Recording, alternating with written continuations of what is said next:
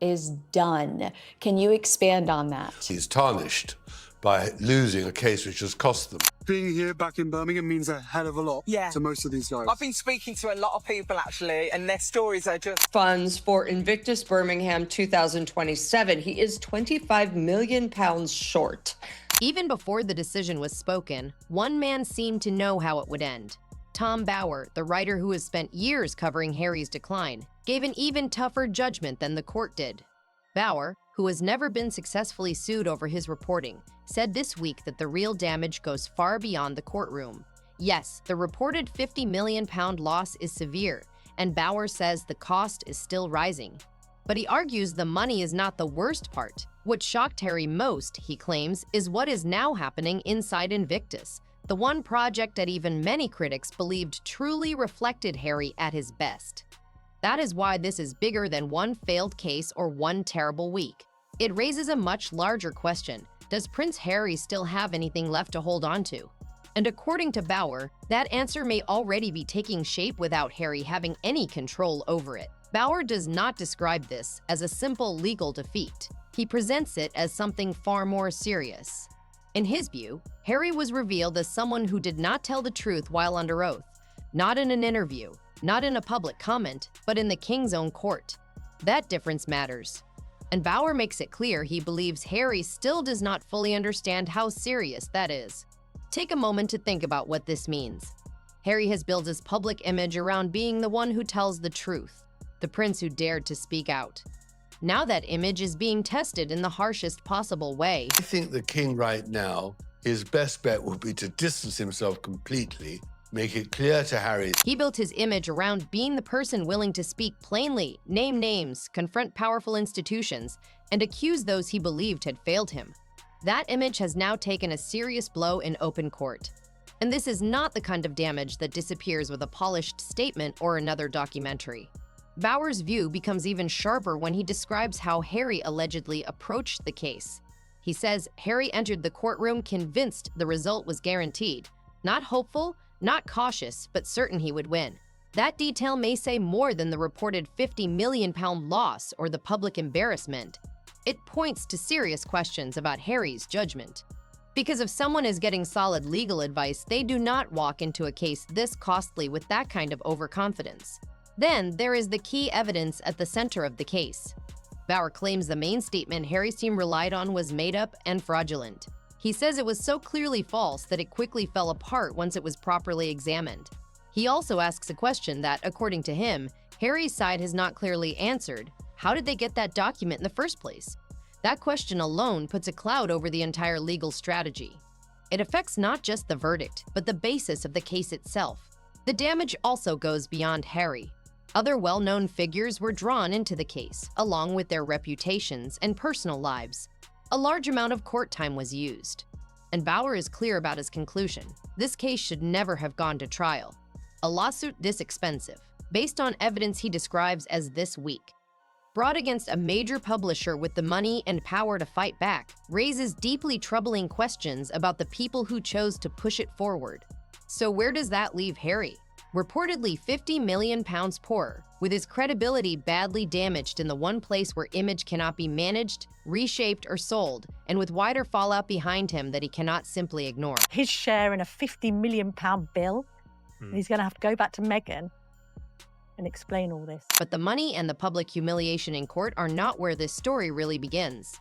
To understand how Harry reached that courtroom so sure of victory, you have to go back a few years to a villa in the south of France and to a meeting Bower describes with one striking word: ensnared. That is the word he chose. Not confused, not badly advised, but ensnared. And when someone with Bower's record uses a word that's strong, it deserves attention. According to Bower, Harry was at Elton John's home in the south of France when a group of lawyers and activists began drawing him into something much bigger. They had a persuasive case to make. They had already taken on other newspaper groups and won. They had momentum, a list of victories, and a ready-made story. They wanted Harry to believe the press had wronged him, that the evidence was strong, and that this next case was almost certain to succeed. All he had to do in that telling was attach his name to it and appear. What, according to Bower, Harry was never properly told or did not want to hear was the financial truth underneath all that support. These lawyers were not standing beside Harry simply out of belief in his cause. Bauer's argument is much harsher than that. He says Harry became a money machine. Win or lose, the fees continued. Every new lawsuit, every new legal battle, every court appearance meant more billable work. So, whatever real grievances Harry may have had, they became fuel for a much larger business. And the people benefiting from that business had every reason to keep it going, no matter where it led. Bauer also points directly to David Sherborne.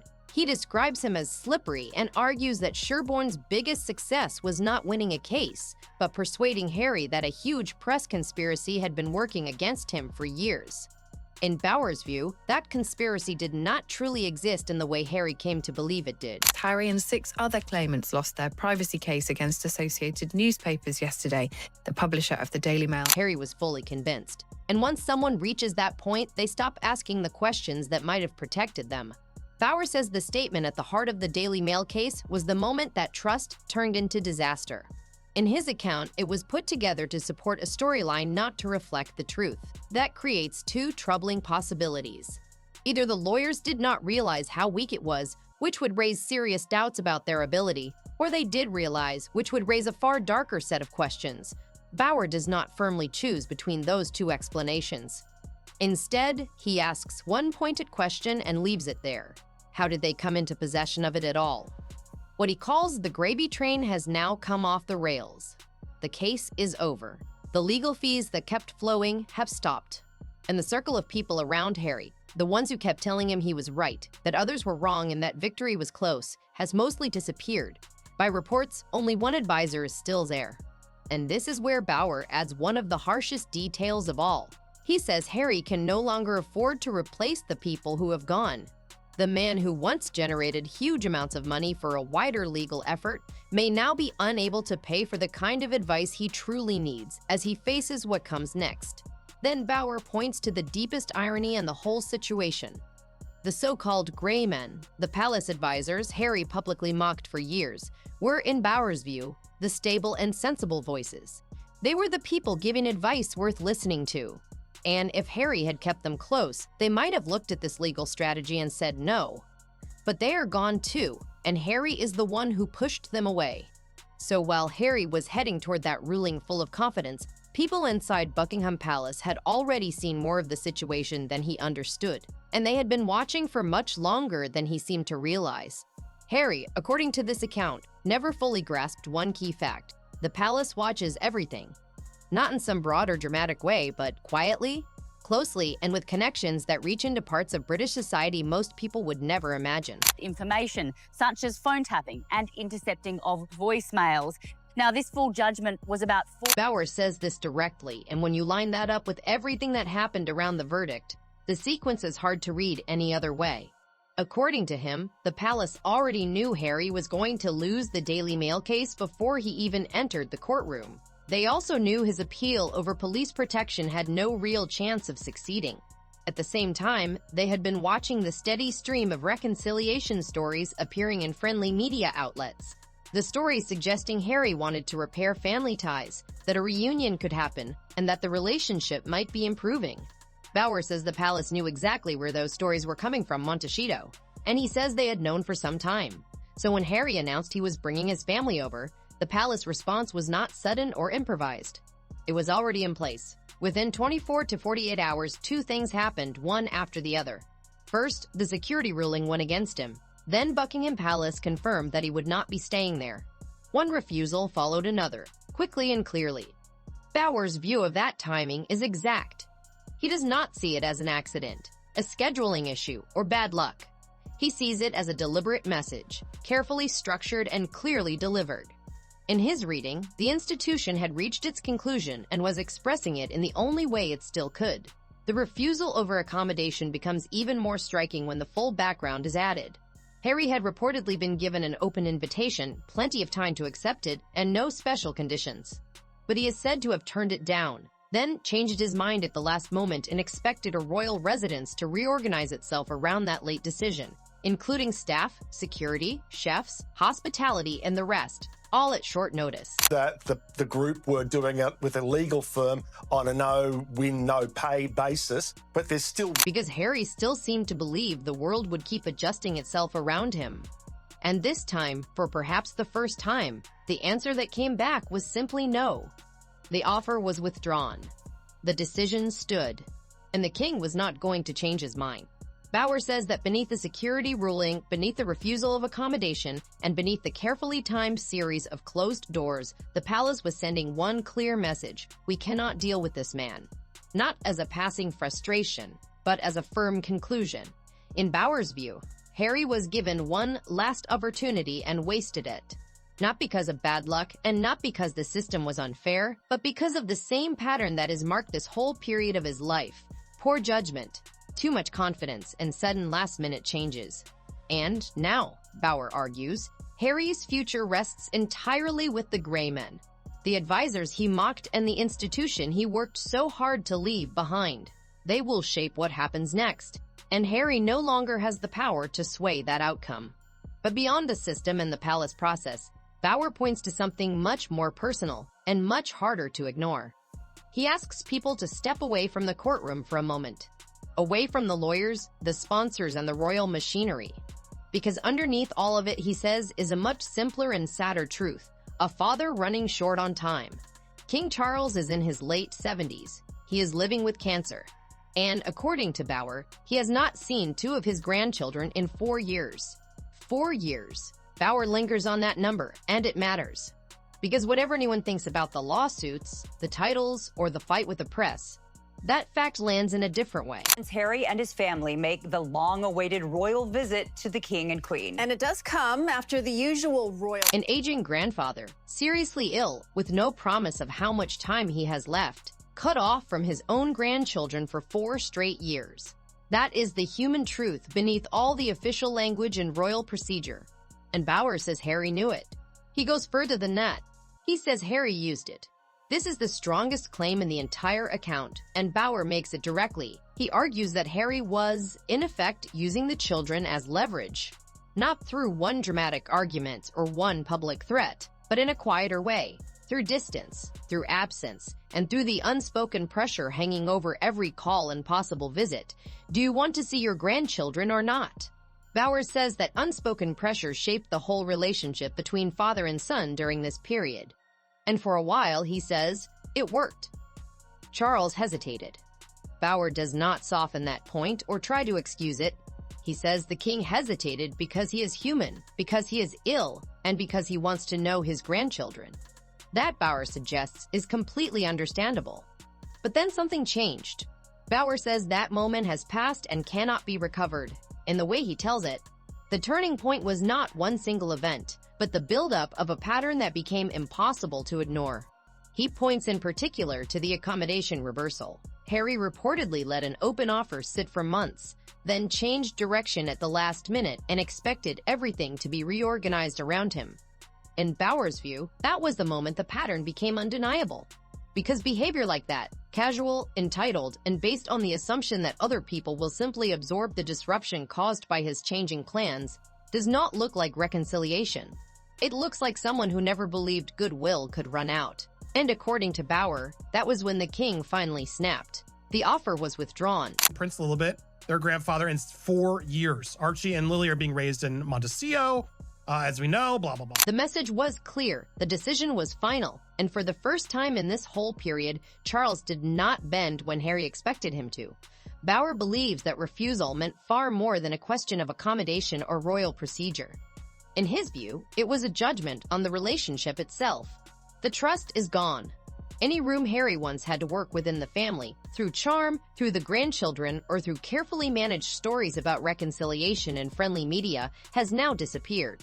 Bauer says that beneath every official statement and every carefully chosen non-answer, the palace was delivering one clear message: they cannot deal with this man. Not that they will not, that they cannot. That is what makes Harry's position now so weak.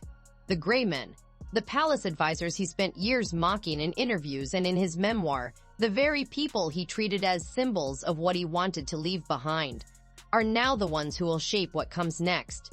His titles, His status and his future relationship with the institution he was born into may now rest in the hands of the people he publicly humiliated on his way out. And Bauer is direct about one thing. Harry has no power left to sway them.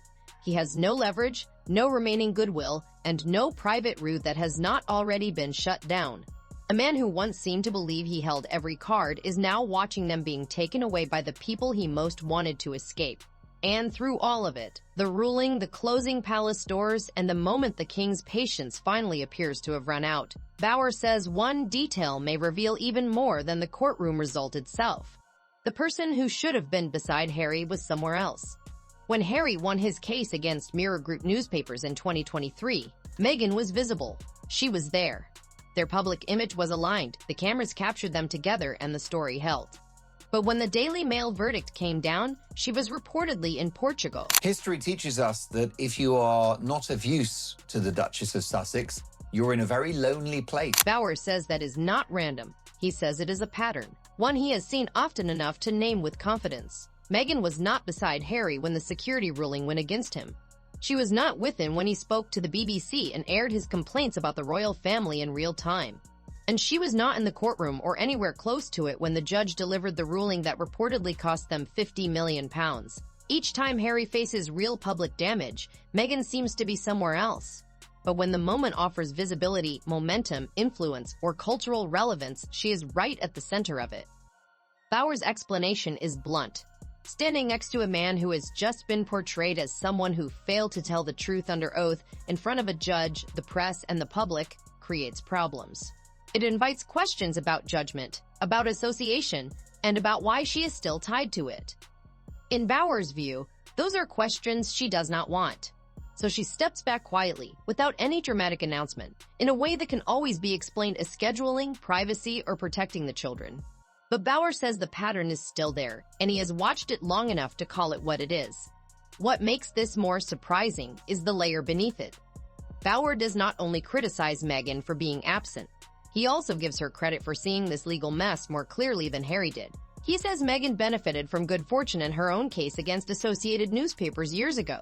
Because of that, she knows from experience how unpredictable judges can be, how fast a case can turn, and how damaging a courtroom loss can be for a public figure.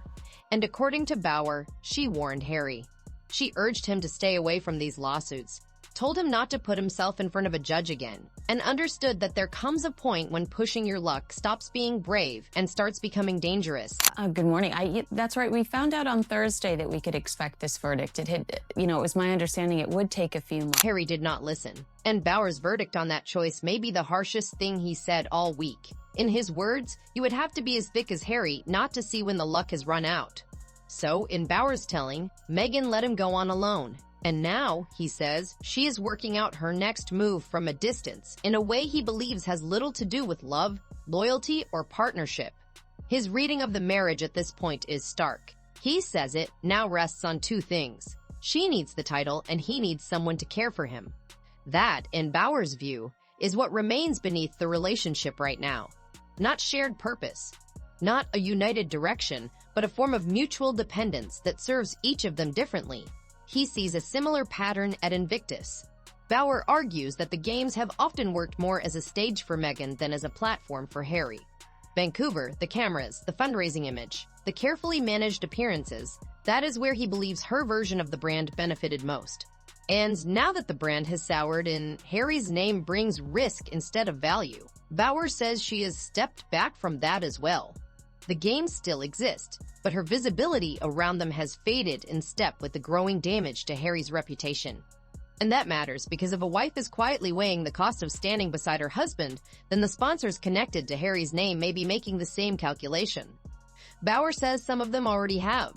Before going into sponsorship and corporate decisions, though, it is important to be clear about what Invictus actually is. In the middle of all the noise around lawsuits, palace conflict, and brand decline, that can get lost. Invictus is not a photo opportunity. It is not just a branding exercise or a public platform wrapped in charitable language. It is wounded soldiers. Of course, I've worked at the Mail on Sunday for 18 years, and I've absolutely never seen anyone come close to phone hacking. So at the center of all this are men and women who came back from war with life-changing injuries, some missing limbs, many carrying trauma and pain that most people will never fully understand, trying to rebuild their lives through sport. That is what Invictus is really about. And that is why Bauer says the danger here is much bigger than Harry's personal reputation. His warning is not simply that Harry's image has suffered. It is that the veterans themselves may lose out if the person tied most closely to the games has become too damaging for sponsors to stay connected to. Bauer says sponsors are leaving, not quietly reviewing things, not taking time to think. Leaving, he names Boeing as one company now actively reconsidering its position. And he says the choice facing companies is very clear. On one side is a real wish to support wounded servicemen and women, a cause with genuine emotional force, moral value, and worldwide reach. On the other side is Harry, his name, the baggage now attached to it, and the reputational cost of being publicly linked to him for companies that must answer to shareholders, customers, and the wider public. Bauer does not hesitate in describing where he thinks that choice leads. The problem, he says plainly, is Harry. Right now, support for veterans and association with Harry are too closely tied together to be separated cleanly. And Bauer does not treat that as a vague fear. He points to what he says has already happened before under very similar conditions. He goes back to his own reporting on Centibail, the charity Harry co-founded in memory of Diana. In Bauer's account, the Sussex brand badly damaged that charity's fundraising. He says major sponsors left, including Audi. Funding dried up.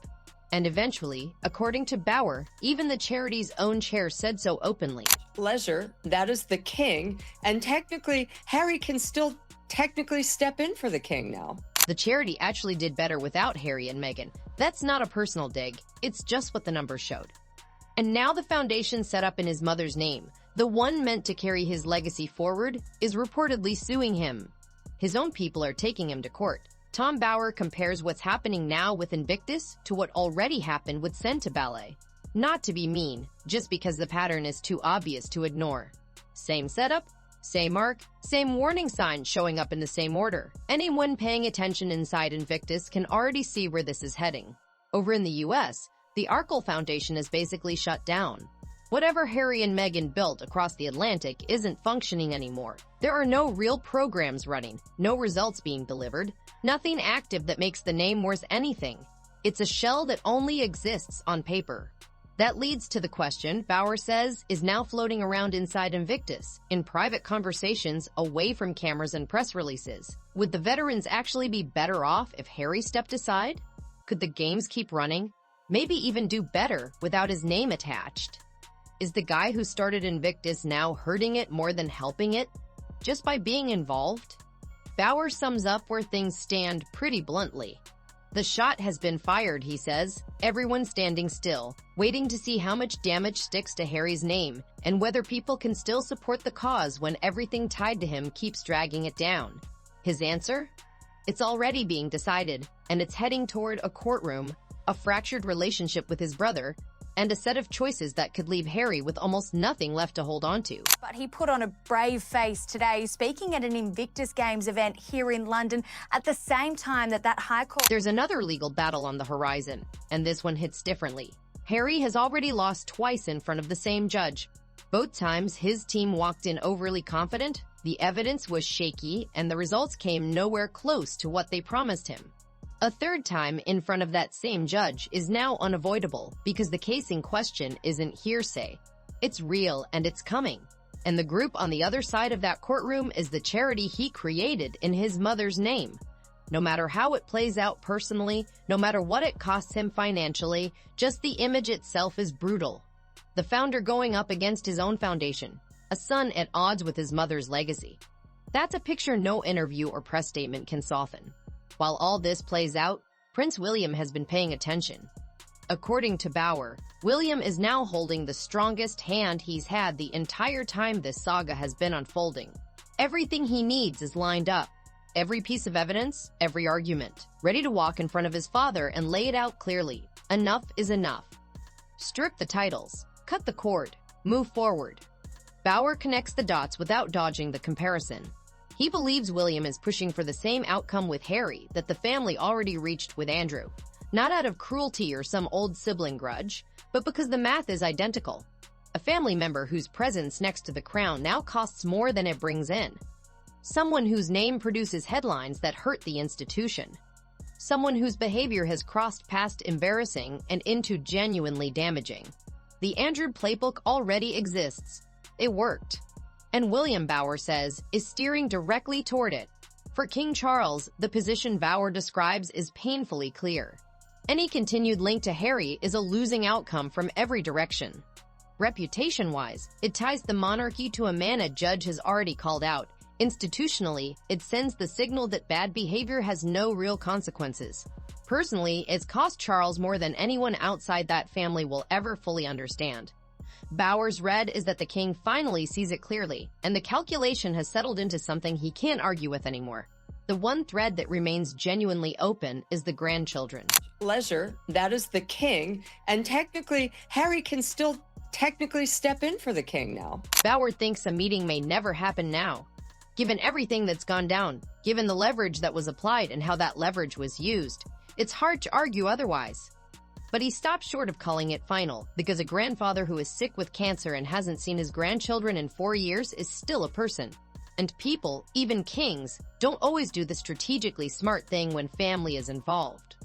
Bauer says he wouldn't blame Charles if he gave in. He just believes the version of Charles who finally drew a line on the accommodation offer won't. Harry's whole story, the way Bauer tells it, follows an almost textbook arc. He came in expecting to take down the palace, win in court, build something better outside the walls of the institution that supposedly let him down. He wanted to prove every critic wrong. Instead, every fight he picked ended up turning back on him. Bauer puts it plainly. Harry isn't the victim anymore. He's the one who caused the damage. He's the one who left wreckage behind. He made victims of other people through a personal crusade he tried to sell as the pursuit of truth. The only question Bauer leaves open is one nobody can answer yet. Do Harry and Meghan pack it in, accept the downward slide, take the losses, and quietly fade out with whatever's left of the Sussex name? Or do they keep pushing, keep leaking to the press, keep performing public reconciliations for cameras that are already losing interest, keep squeezing what they can out of the royal family's name while there's still something to squeeze? That question's still up in the air, but the next one isn't. Step away from the courtroom. Step away from the palace hallways, the sponsor meetings, the legal strategies, the title discussions, and the quiet decisions being made behind closed doors. Step away from all of it and look at the big picture for what it actually is. £50 million gone. Palace doors shut down one by one, on purpose. It was a $50 million lawsuit with some of the biggest names attached. But Prince Harry, Elton John, Elizabeth Hurley, and more. His team walked away. His sponsors walked away. The charity built in his mother's name is now chasing him through the courts he kept choosing to fight in. And his wife is quietly measuring how far she needs to step back from all of it. The kind of cold math that tells you exactly where things stand. All of it came down to choices, not bad luck. Not some giant media conspiracy that was never really as deep as he believed. Not heartless men in suits who never understood him. Choices made over and over, made with confidence, made without ever seriously considering that the people warning him to slow down might have been right. And that is what makes Bauer's simplest line hit the hardest. It's not his take on Harry's judgment. It's not his verdict on the marriage. It's not even his prediction about the titles. The line that lands is the one he barely seems to emphasize. They had everything. A royal platform with actual global reach. A public that, for a while, genuinely liked them.